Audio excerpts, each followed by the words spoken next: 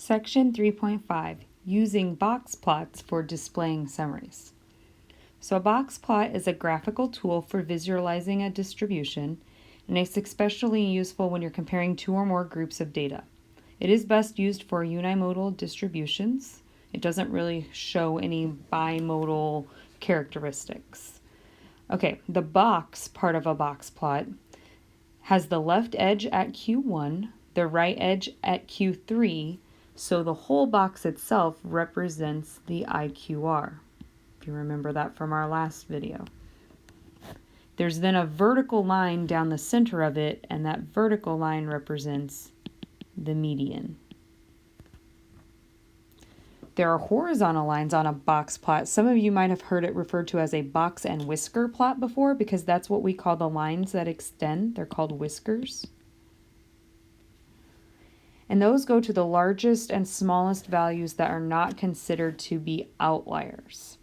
We call those largest and smallest values that are not considered to be outliers limits.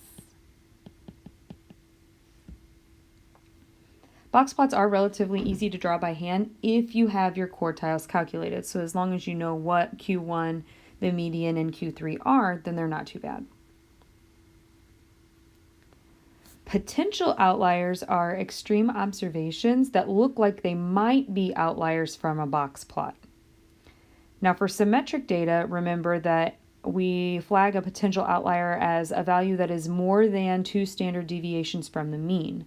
So there's got to be a slightly different way to calculate that if we're talking about skewed data. So for skewed data, any value less than 1.5 IQRs below Q1 or more than 1.5 IQRs above Q3 are flagged as potential outliers.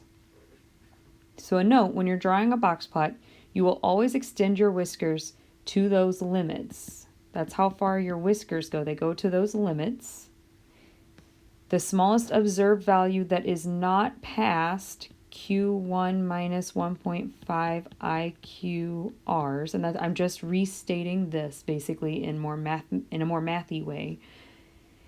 And the largest value that is not past Q3 plus 1.5 IQRs. And we're going to calculate some of those in a minute. Okay, then we have what's called the 5-number summary. So when they give you a 5-number summary, or if they ask for one, the 5 numbers that they're asking for are the minimum, Q1, the median, Q3, and the max. A box plot is basically just a way to visualize that 5-number summary, and a box plot will also show your potential outliers. So here's your box plot pros and cons. Pros are you can easily compare 2 or more distributions, typical values, and spread.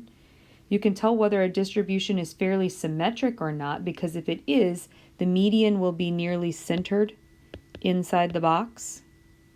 Can't spell.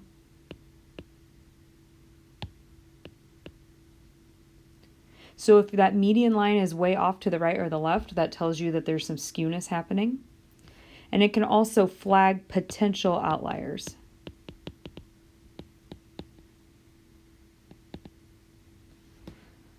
Cons of a box plot are it can hide bimodality or multimodality. So really we only want to use this if we know our distribution is unimodal. It does take at least 5 numbers to make a box plot. So you can't use it if you have a data set with less than 5 observations. And the major con is that it cannot 100% determine outliers. So again, it will flag potential outliers, but you would have to do more investigation to determine whether or not what you're looking at is truly an outlier or not. Okay, so let's actually get in here and look at one. Here's a box plot of the maximum daily temperatures in San Francisco. We want to figure out how they calculated the limits for the whiskers, because we can see where they stopped. They stopped the whisker here at 86.5, and they stopped this whisker here at 49. So we want to come up with the calculations of why they stopped those whiskers there. Notice anything beyond that, these data values out here, are flagged as potential outliers. So any data values beyond those whiskers are potential outliers. Okay, if you're going to calculate the limit for the whiskers, it's kind of a three-step process. First thing you want to do is you want to find your IQR, which again is just taking Q3 minus Q1. We have those numbers over here, so we can just subtract them. 70 minus 59 is 11.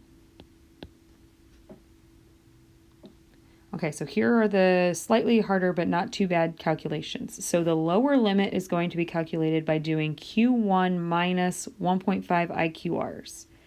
Q1 is 59 minus 1.5, and my IQR is 11.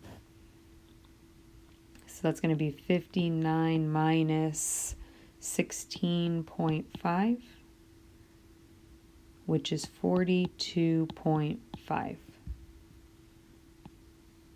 You might be noticing a bit of a mismatch here, and I'm going to speak to that in just a moment. Let's go ahead and calculate the upper limit as well.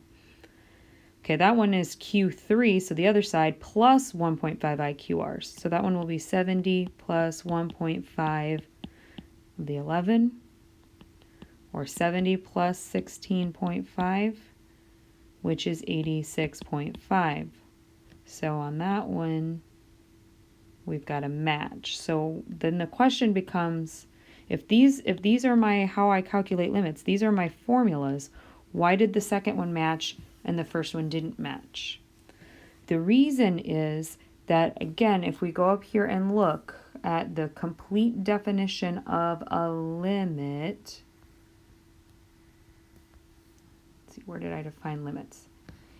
It says their largest and smallest values that are not considered to be outliers. So you have to actually have a value up or down there in order for your whisker to extend there. The reason why this one didn't extend all the way down to 42.5 is because 49 was the smallest observed value that we even had. There were no days where the temperature was lower than 49 degrees. So there's no reason to pull that whisker all the way out there. So it'll either stop at the minimum or at whatever you calculated here, pretty much whichever one is larger.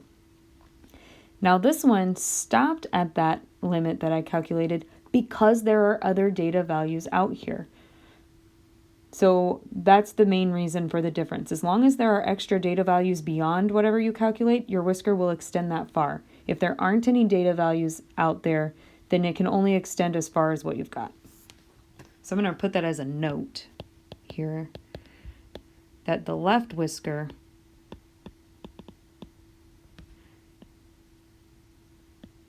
doesn't extend to 42.5 only because there are no values that far down.